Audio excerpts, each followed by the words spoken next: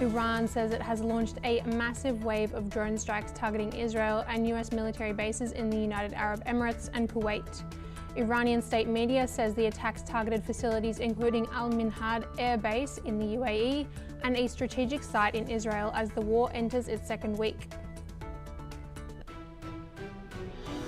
Iran's Revolutionary Guard says it is watching for any US Navy move to escort ships through the Strait of Hormuz as the regional war disrupts shipping. Warning comes after Washington said it may protect commercial vessels in the strategic waterway, which carries a large share of the world's oil trade. President Donald Trump's calls for Iran's unconditional surrender in a major escalation 1 week after the United States and Israel began military operations. The statement comes as diplomatic mediation is discussed, even while new missile and air attacks continue across the region. Israel launches heavy air raids on Hezbollah-controlled southern districts of Beirut in a campaign that has killed more than 200 people and displaced hundreds of thousands. The military issued evacuation warnings before targeting areas it described as key Hezbollah strongholds in the Lebanese capital. Burning aircraft and thick smoke are seen at Tehran's Mehrabad airport after reported bombardment at Iran's main domestic aviation hub. The incident follows announcement of a wider offensive aimed at Iranian military and defense infrastructure. Russian President Vladimir Putin expresses support for an immediate ceasefire during a call with Iranian President Masoud Pezeshkian. The Kremlin says Moscow is urging a return to diplomatic talks as fighting continues between Iran, Israel, and US forces. US Defense Secretary Pete Hegseth says Washington is monitoring reports that Moscow may be sharing intelligence with Tehran.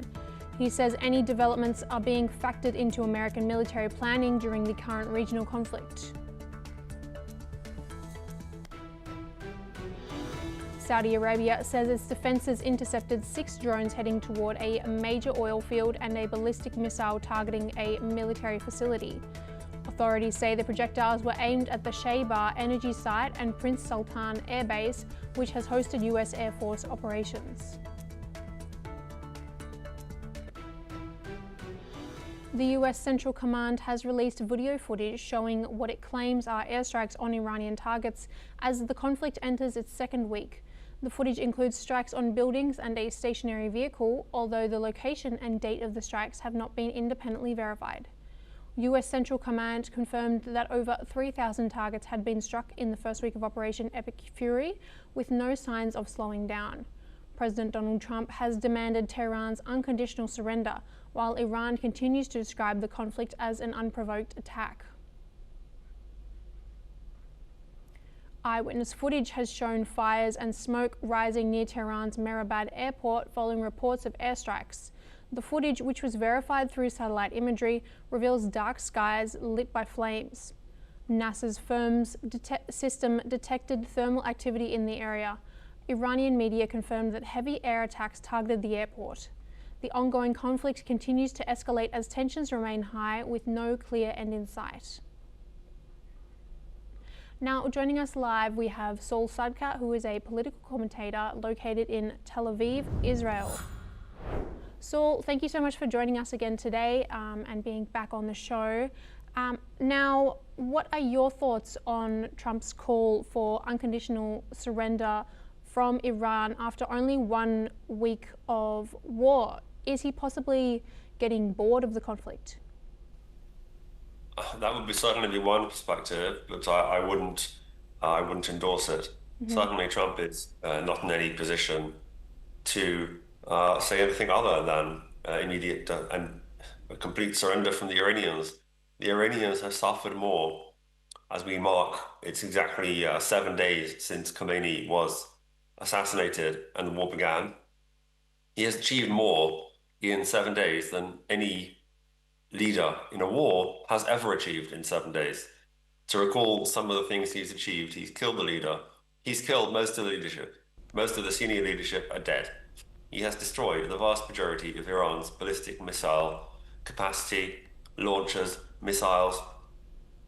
and most importantly, actually, the people who were trained to fire them. He has destroyed the entire Iranian Air Force and the entire Iranian Navy and the entire Iranian air defense network.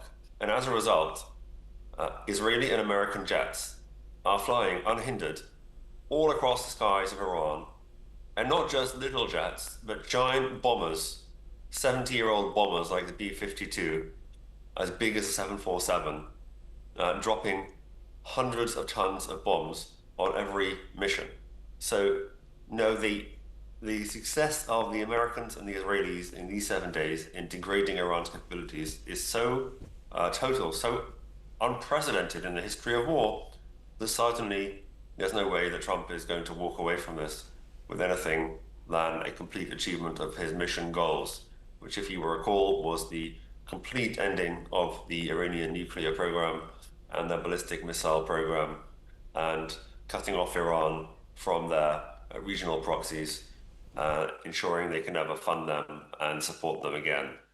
And bonus, which he has described that way in the past, is that the Iranian regime will be overthrown and removed.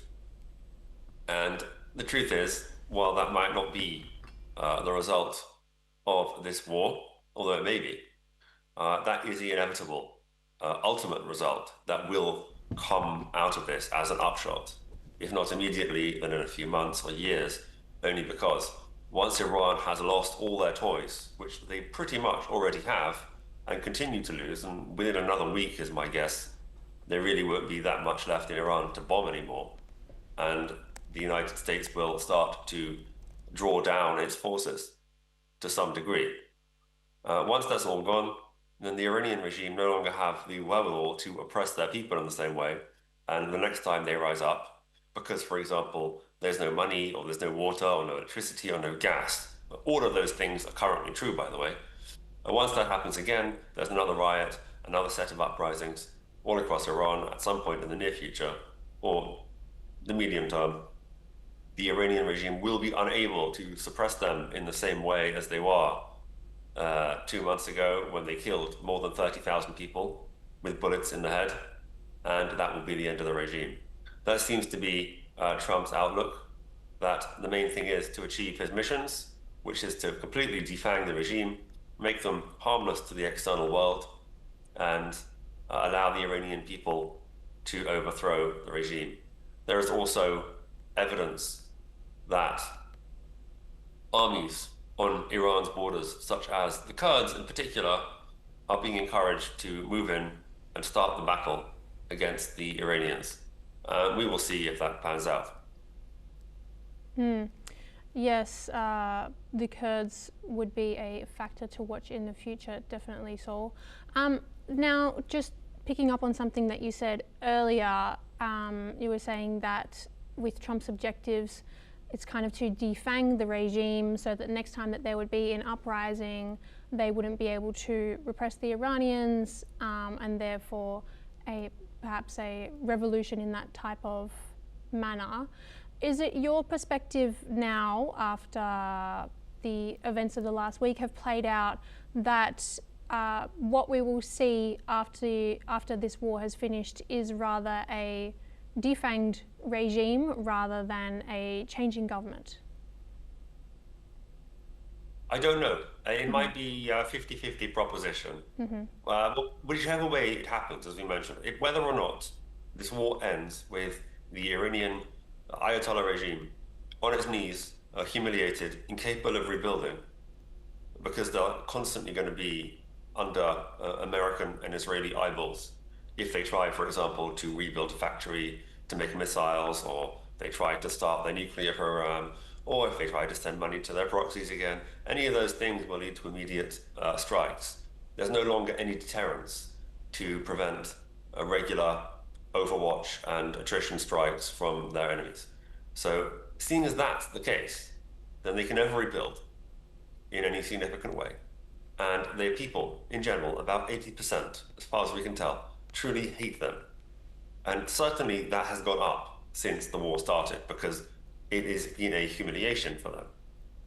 The people watching have seen what happens. At the same time, yes, the 10 to 15% hardcore IRGC supporters in the country might have had their positions hardened, seeing the martyrdom of their leader and so many of their heroes.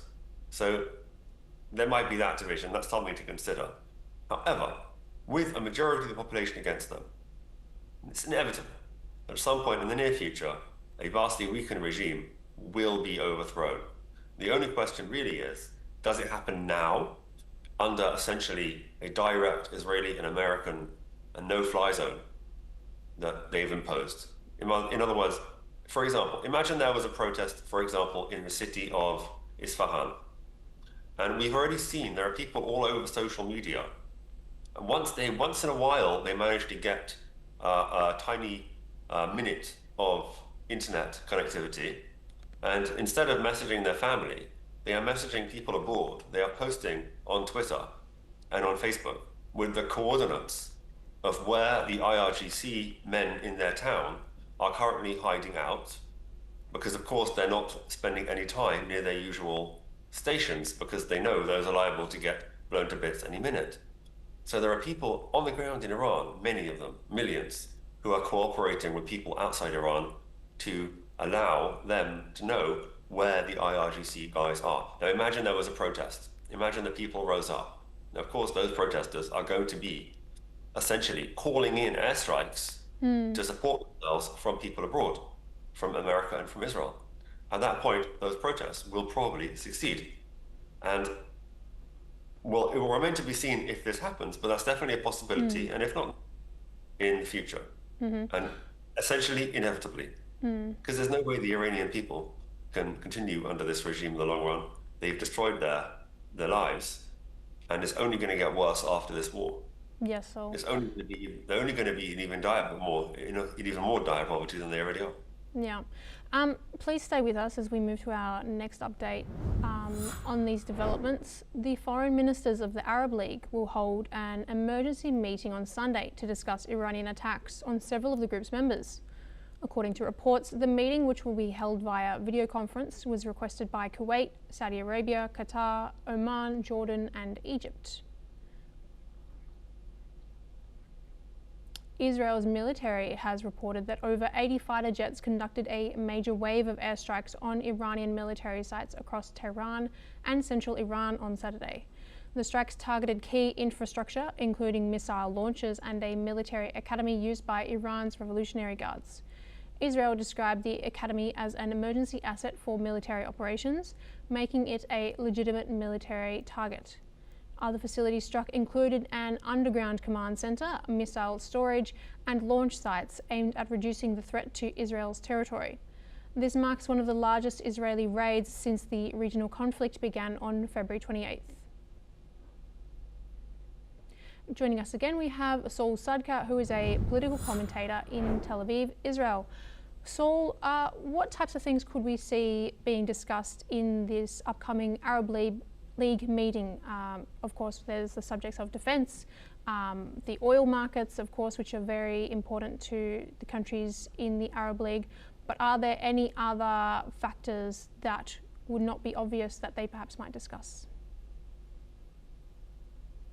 Well, considering it this way, consider it this way, for example. So you right now have most of the Arab countries, including UAE, Qatar, Bahrain, Saudi Arabia, Oman, Kuwait, Iraq, and other countries such as Turkey, Azerbaijan, Jordan, Syria, and Lebanon.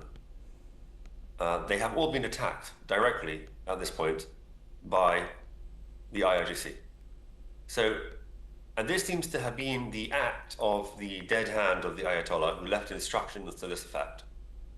And what effect has this had? The goal of it was to create a sense of panic and chaos and to try and get these people, these states, to pressure Trump to end the war because they don't want chaos, they don't want World War III. But the effect seems to have been the opposite, and this was predictable. It has affected them in the way that they understand that Iran had to be stopped now. Because if they would have continued to double and triple and quadruple this year, their stockpiles of missiles, which they had turned their entire economy towards doing, then these attacks would have been 3 or 4 times worse. In fact, much more, because once you get below a certain threshold, there's really no way to stop the mass attacks, which are the real threats. And what it has done is it's united all these Arab nations more than ever before, united against their Shia rivals across the Gulf. And it has also, and you have to give Khomeini credit for this, in a way, you could argue that no one deserves the Nobel Peace Prize more than the late Ayatollah Khomeini, if it can be given posthumously. Because, after all, what has he done? He has brought Arab and Jew together in the Middle East in a way that has never been seen before. He has united everyone together in understanding that only together can they defeat this scourge of jihadism and the drive for global domination that has been emanating from Iran. And so the end result of the late Ayatollah's final instructions to spread this kind of chaos might actually be a genuine peace in the Middle East. Yes. And just on the 80 fighter jets that were struck central Iran, what influence may this have on developments? Of course, there's been attempts by the US to, well, not attempts, there's been strikes by the US and Israel on several sites within Iran, on cities such as Tehran. There's also been the reports of arming of Kurds, as you mentioned earlier. We've seen more of these strikes, but we're still not seeing an obvious end in sight, which is perhaps why Trump has said earlier that he wishes for an unconditional surrender. Just regarding that, how could we see these strikes play out? I mean, both sides are saying that they're doing excellently at this point. Well, I mean, both sides might be saying they're doing excellently, but yet the leader of one side is dead, along with all their leaderships and all their navy and all their planes. So one side is lying. So when Trump is demanding immediate surrender, this is absolutely not because he's had enough, or because he's scared, or because he's worried that he's losing and he's trying to trick the Iranians into surrendering. No, no, no. That's not what's going on here. That would be some kind of a bizarre, I don't know, Chinese talking point almost. It's absurd. The fact that, for example, the Americans have been able to bomb the entire Iranian Air Force, as we've just seen on the ground, is a feat of power. However, the Iranian Air Force, all those planes that have been destroyed, really weren't any threat. These were American planes and Russian planes, most of which were more than 50 years old. They are not a practical threat to anything at all that the Americans and the Israelis have been throwing at them. They weren't able, after all, to shoot a single plane down. In fact, the only people who've had success against America and Israel are the Kuwaitis, who accidentally shot down 3 American planes. The Iranians have managed nothing, despite the fact that at this point it looks like there have been around 10,000 fighter and bomber missions over Iran's airspace in the past week. That's an extraordinary number. And out of 10,000, the Iranians have not managed to get one hit. Not via a plane, not via a missile. In other words, this is complete dominance. So no, the reason that Trump is demanding a surrender is definitely not because he thinks he's losing.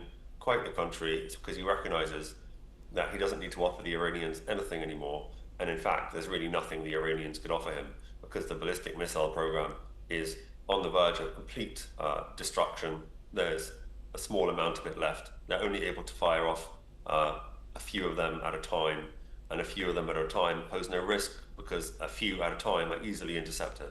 If they had wanted to attack with true danger, they had to be firing them off by the dozen, even by the hundreds, but they haven't been able to, and that's because the Israelis and Americans have been flying overhead, and as soon as they shoot one off, that's the end of that launcher. So in general, there are videos of the Iranian IRGC men who are tasked with firing off these rockets, highly trained people, firing them off, and then running as fast as they can away from their launchers because they know that within a few minutes that launcher is going to go kaboom, and they certainly don't want to be in it, let alone driving it back to pick up another missile to fire another one. So this is a catastrophe for the IRGC. It's the end of the IRGC as a global threat. Whether they're able to keep control of the population, this remains to be seen. It could be that they will be for a period of weeks, months, or years even. Okay. But as a global threat, able to project power, they're done. Okay. Saul, please stay with us as we move to our next update. Iran's President Pezeshkian has stated that there is no enmity with regional countries despite the ongoing tensions in the region. He emphasised that diplomatic relations with neighbouring states remain a priority and peaceful coexistence continues to be a core focus of Iran's foreign policy. Meanwhile, Pezeshkian's comments offer a rare glimpse into Iran's diplomatic approach amidst rising geopolitical tensions. According to reports, the United States is preparing to deploy a third aircraft carrier strike group to the Middle East. The USS George H.W. Bush is set to join the USS Abraham Lincoln, which is already in the region as part of the US-Israeli military operation against Iran. The second carrier, the USS Gerald R. Ford, is stationed in the Red Sea. This build-up of naval forces comes amid escalating tensions in the region, with the US reinforcing its presence to support ongoing military operations and to address the threat posed by Iran. And joining us again live, we have Saul Sadka, who is a political commentator based in Tel Aviv, Israel. Now, Saul, your judgment based on Pezeshkian's comments that there is no enmity with regional countries despite the ongoing tensions. Of course, this seems a bit strange regarding the fact that there's been strikes on several countries in the region. There's been reports that that Pezeshkian has had discussions with foreign ministers from countries in the region such as Russia. What's your take on his comments there? Is this strange, or is it perhaps a projection of their outlook at this case, that they're attacking US military bases rather than countries in the region? Yes, well, they would say that, wouldn't they? Because they are currently surrounded by people they've attacked who take this personally, who have generally an Arab culture of honor, who feel the need to attack back when they are attacked in general. And so they need to fight back, and the Iranians know this. And they haven't just been attacking American bases, that's not true at all. They've been attacking skyscrapers and hotels and all sorts of targets, and they've been doing it deliberately. They've been doing it with drones, not with just missiles, so they know what they're hitting. And they've been terrorizing the population, damaging their tourism economy and reputation. And of course, with the other hand, they want to reach out with the other hand as they're attacking and offer essentially a hand of peace to say, oh, no, we can be on your side too. We can stop this if you want. This has always been Iran's gambit over the years, but no one is falling for it anymore. This is not going to work for them. Okay. Saul, and just finally, you're based in Tel Aviv in Israel. What has been the domestic reaction there in Israel? Of course, in the war with Gaza, there was protests by Israelis against the war. Of course, in Iran itself, there's been mixed reactions from the Iranian public. Of course, there are people that are very pro and anti-regime there. And of course, in Israel, you also have a mixed public reaction in regard to the Gaza war. Have you seen the same mixed public reaction in regards to this war as well? I would challenge that. I would say there were protests against the war in Israel during the Gaza war, but those were extremely minor protests. These protests that gathered a few hundreds to a few thousands of people out of a population of more than 10 million at most. There were protesters who wanted a more emphatic focus on freeing the hostages than destroying Hamas. There was that, but even they were not particularly a large percentage of the population. So protests against the war in Israel were very much a tiny minority predisposition. What you mentioned previously about Russia, I would just say it is ironic, after all, that Iran was China's great ally.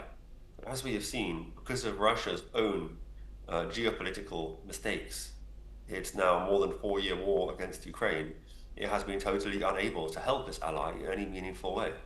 Not only can it not send it weapons to defend itself, it is in trouble now because Iran can no longer send them weapons to defend themselves from the West as they fight Western weapons in eastern Ukraine.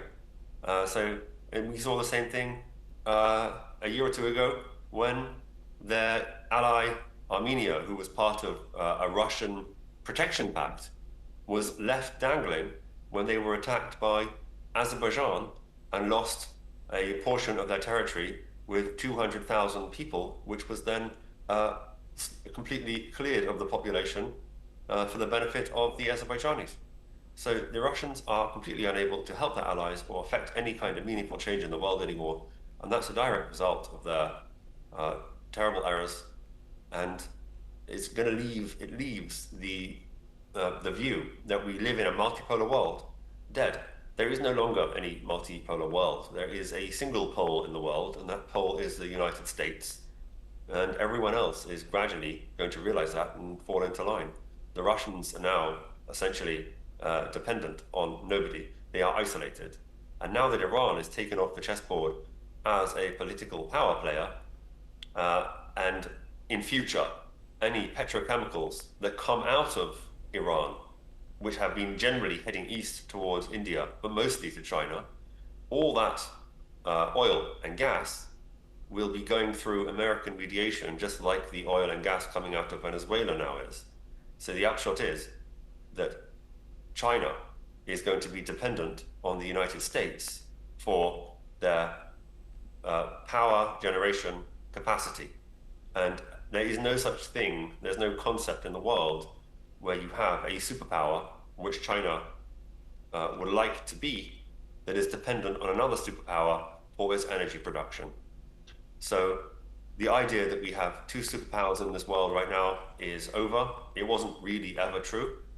And certainly for the rest of this century, we will see America as the pole in the world that everyone looks to. Mm-hmm. So the people that were predicting a multipolar world are going to have to find a new hobby. This is no longer a multipolar world. Trump has made that the case, first in Venezuela and now in Iran. And whatever we see going forward will be downstream of that. Mm-hmm. Now, stay with us now, please, Saul, as we move to our next update. Iran's President Masoud Pezeshkian announced that the country's Temporary Leadership Council has approved the suspension of attacks on neighbouring countries unless those countries initiate attacks on Iran. The decision comes amid ongoing Iranian retaliation against US-Israeli strikes. Pezeshkian reaffirmed Iran's commitment to peace unless provoked, signalling a potential de-escalation in regional tensions. Despite the decision, Iran's military actions remain focused on defence.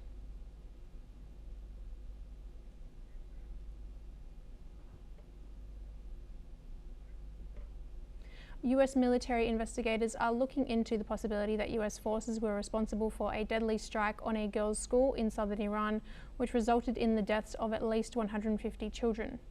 The attack took place on the first day of US and Israeli airstrikes on Iran.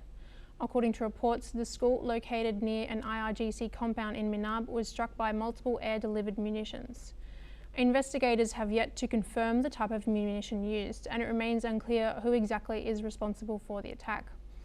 The Pentagon has stated that the US military never targets civilians, but is conducting an inquiry into the matter. However, the UN has called for an independent investigation into the incident. Furthermore, the US Defense Secretary, while acknowledging the investigation, has reiterated that such attacks on civilians' structures are not condoned by the US government. However, if the US military is found to be responsible, the strike could be one of the worst instances of civilian casualties in decades of US military operations in the Middle East. Joining us live, we have our guest Shruti Dasgupta, who is a foreign affairs expert in New Delhi. Thank you so much for joining us today, Shruti. What's your perspective on this strike on the girls' school in Iran? It happened on the first day of this war about a week ago. Could we see any consequences for those responsible? Were there any consequences of downing ships in the Caribbean by the USA without proof? Did they pay for the 80-odd lives that they took without showing the world how the lives and the ships that they sunk to the bottom of the sea were drug peddlers? No. So we're not going to see any accountability coming for these lives as well.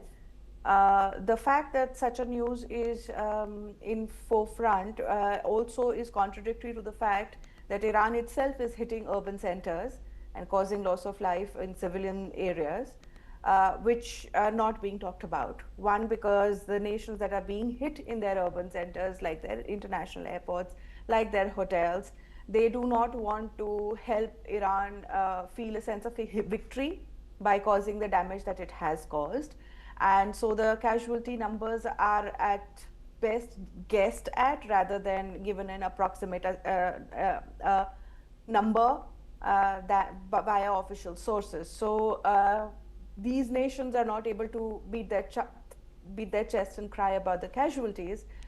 Iran, of course, is using the unfortunate death of the large number of young primary school students to its advantage to stand at a higher moral ground in this war and showcase how American, and that's the current rumor on the ground, that was probably an American strike that did it, how the Americans are not as innocent as they would like to plead to be. So there is not going to be any accountability for it.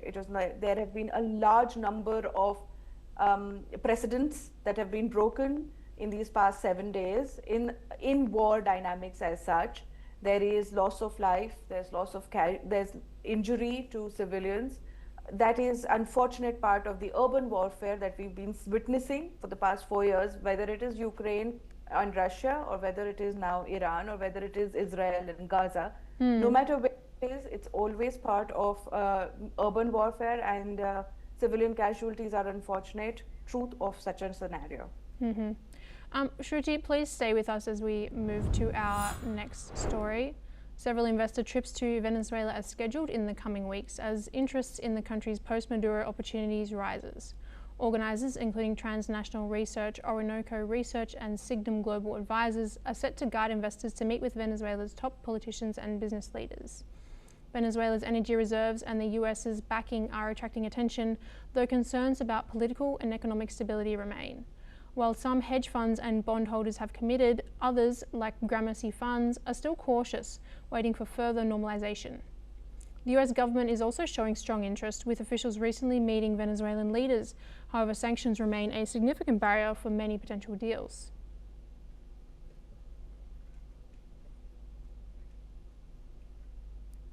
Ukraine has said that 3 people were killed in Russian strikes on an apartment block, triggering a nationwide air alert and prompting neighbouring Poland to scramble military planes.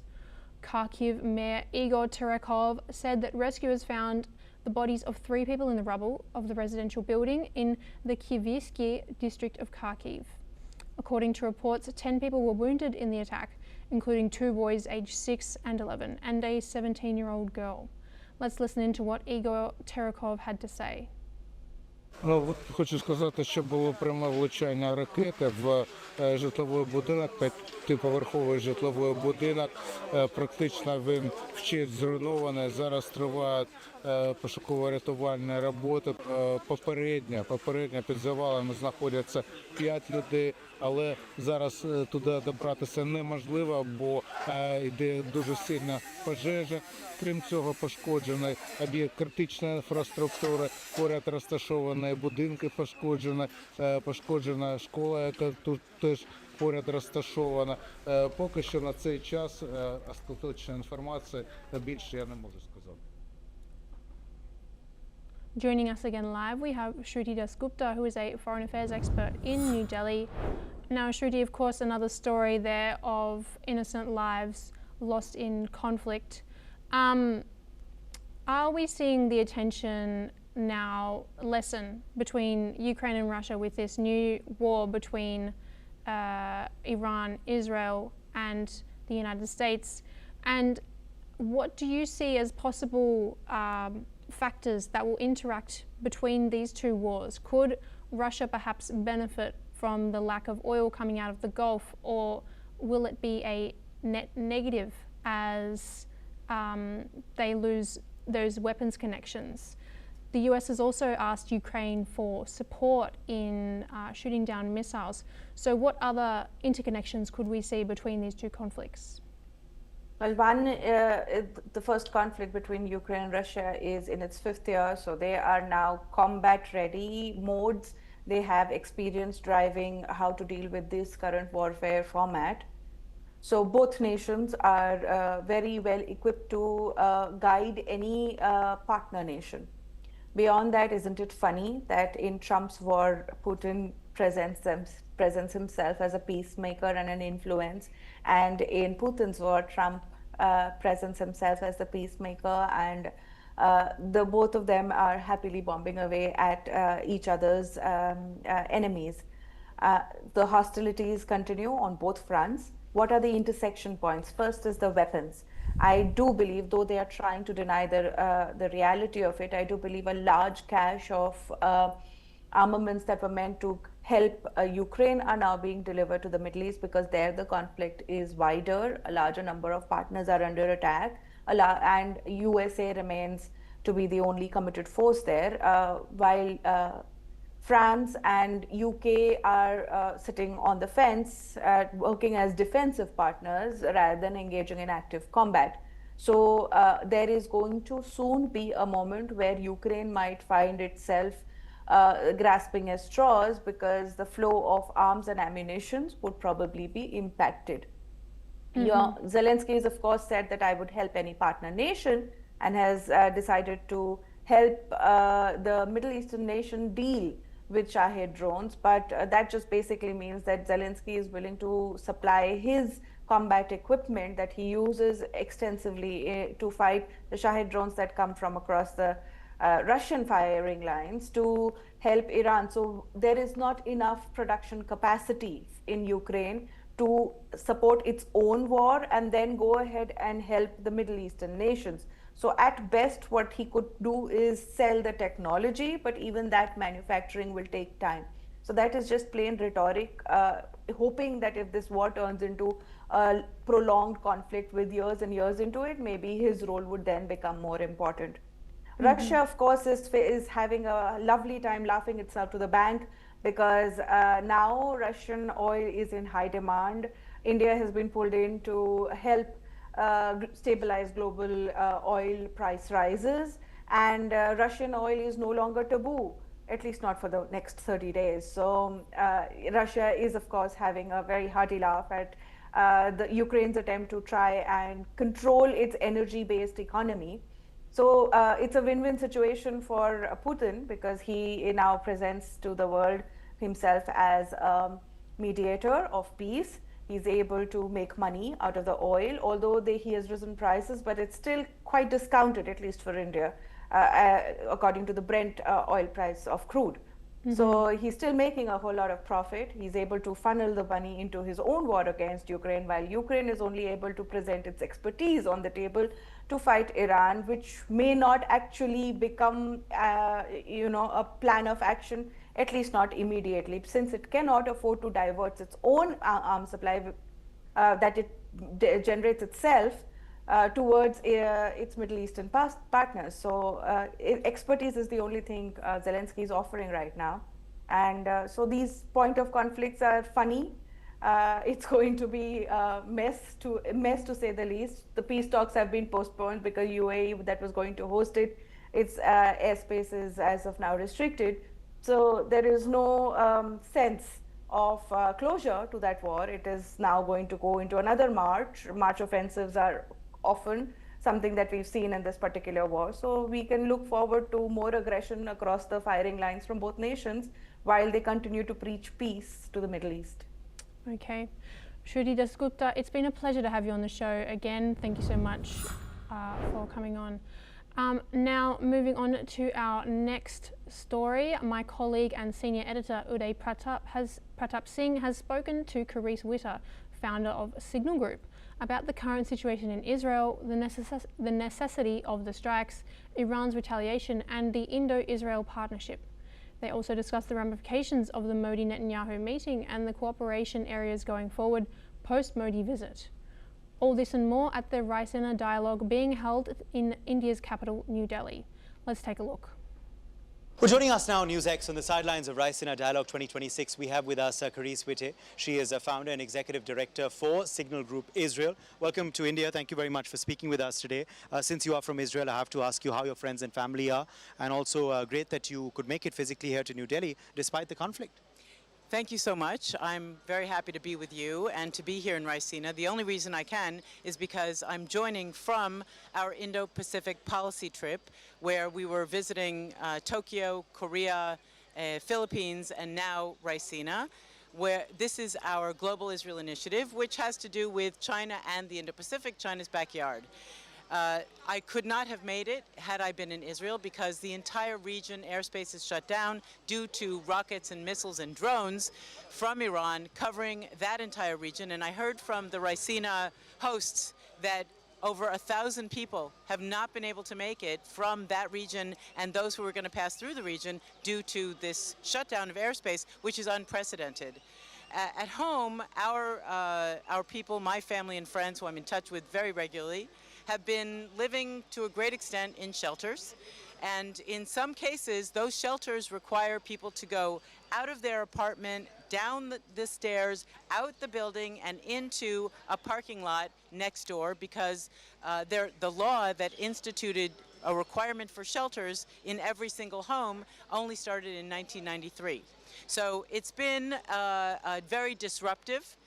We have had some people die. It is not a good situation, but it is necessary. And the people of Israel are very willing to go through it, because we have been having the Damoclean sword of Iran's destruction of Israel hanging over our heads for almost 50 years. And, of course, we suffered the October 7 horrific massacre, which many people have forgotten.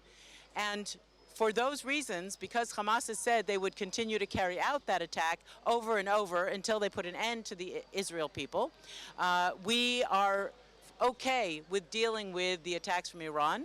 And we are also okay with what it takes to put an end to the threat. For us, that threat is missiles and nuclear capability. So it is another unprecedented and really important development that the U.S. and Israel are working side by side. This has never happened before, that the U.S. has a partner that is flying and attacking side by side, not in a supporting role. Even in Iraq and Gulf wars and other wars with European and other partners, NATO, they provide a supporting role. Here, there has been a transformation, and I think it is something that the global community and certainly this region is going to want to watch. You know, what is the end game of this conflict, according to you? Of course, we have seen the neutralization of Khamenei already. Many of the senior Iranian officials and IRGC commanders are now dead. The conflict, though, is continuing. What do you believe is the end goal of Israel and the United States of America? I can only guess, because it hasn't been published. I think Israel's goal is very much to put an end to the threat. We want to ensure that our people are not going to be told that Iran is going to wipe out Israel. It says it on their missiles, to completely destroy Israel. So I think the American effort is to ensure that Iran ends being a disruptor in the region. That means the proxies, the nuclear military program, and the missile program. So we have a joint interest, and it is difficult. There are many IRGC wannabe leaders, and it's difficult to know how this will play out. I believe there is some interest and hope that the protests that took place weeks ago will lead to some kind of transformation there. I know that reports from U.S. Iranian journalists talked about the Iranians hearing Trump say help is on the way, then nothing happening, and they were looking in the sky, where's the help, please, where's the help? And now the help is there. So in spite of the killings that the regime carried out during the protests, and despite the killings that took place after the June war in 2025, the 12-day war that Israel had against Iran, I believe that there are still many people who are willing to step up and go out and try to establish the kind of government that they would like to see run their country. So you are hoping for a regime change. Now coming back to Israel, of course your missile defense has been exemplary, but what are the reports you are getting on ground? Have there been casualties? Has there been damage in Haifa, Tel Aviv and other parts of Israel? First, I have to say I am not hoping for regime change. I am saying that there is the potential, but it's very difficult. Regarding damage, the damage that has been done to Israel so far is less than what we suffered in June 2025. My office, for example, was destroyed in that war when a missile landed across the street. So our air defenses have been improved even since June. And I also want to say many of the missiles that we are receiving were built since June 2025 with support of other players who we can only guess who they might be. But Israel added to its defense capabilities Iron Beam. Iron Beam supports Iron Dome. Iron Dome has hardware interceptors that cost thousands and thousands of dollars for each interceptor to take out a missile, rocket, or drone. Iron Beam is laser beam light, which costs $9 to destroy any one of the above. So it is a whole new world in defense, and it's something that I think India might find of great interest. Absolutely. Well, speaking about India and Israel cooperation now, our Prime Minister was just in Israel. A very productive meeting was held between Narendra Modi and Benjamin Netanyahu, your Prime Minister. Where do you see India-Israel ties headed now post this visit by PM Modi to your country? This is incredibly exciting. I can't stress enough how there has been a transformation in the minds of the Israeli establishment. This is the first time in our history that the Israeli government has opened up strategic bandwidth for a country east of the Gulf. And India is the country of choice right now because it is seen in many ways as an answer to the multitude of goals of Israel. First of all, joint R&D, joint development of tech and defense solutions, joint production. Israel is one of the very few countries that has been successful in opening its black box of technologies for Make in India. And I definitely give credit to our defense companies for having the longevity, the long-term thinking to make that successful. We also just welcomed your Prime Minister, as you said, for the first time ever, someone from the East addressing our Knesset. Incredibly exciting. And I also have to say thank you to all of your country, all the Indian people, for the support they have shown throughout our challenges over the last few years. You are the country that really stood by us the most. We appreciate it to no end. I think we also returned that in Operation Sandur, and I believe that the economic and financial and defense ties that are now in the making will be transformational for both our countries. What are those ties going to be? Which areas of convergence do you see? And we are seeing, of course, a multitude of convergence now, given that a lot of the world also now is forging these partnerships with India. And India is really emerging as sort of the answer in the East to those who were looking for an alternative to China. Israel is not looking for an alternative to China with India because China never offered Israel a real entry point. We never were able to have major business with China, which had mostly to do with Chinese policy that didn't really sync with what Israel was capable of doing. That is where we see India as being the country where we can scale, first of all. We're so tiny. I think your audience needs to know that Israel is the size of Manipur and that we are a country of 10 million people, only 8 million Jews. We are 20% Arab. So in order to scale, we need big friends, and India can be that friend. You also have the human resources, as I said, for technological cooperation. There's so much we can do in areas of healthcare, in education, in pharma, as well as, I always come back to defense. So the range is vast, and there is a lingua franca, if I can mix metaphors, between our people. We both have English, we both have a certain kind of extroverted personality. We both yell at each other in the streets, and so I think we understand each other culturally and also business-wise. And I will say, India is a tough place to do business. You're very tough, strong business people, but we are up to the challenge and very much looking forward to making it succeed. Thank you very much for joining us and for your time. It's a great pleasure. Thank you so much. Journalist Dinesh Uday Pratap Singh in Delhi, NewsX.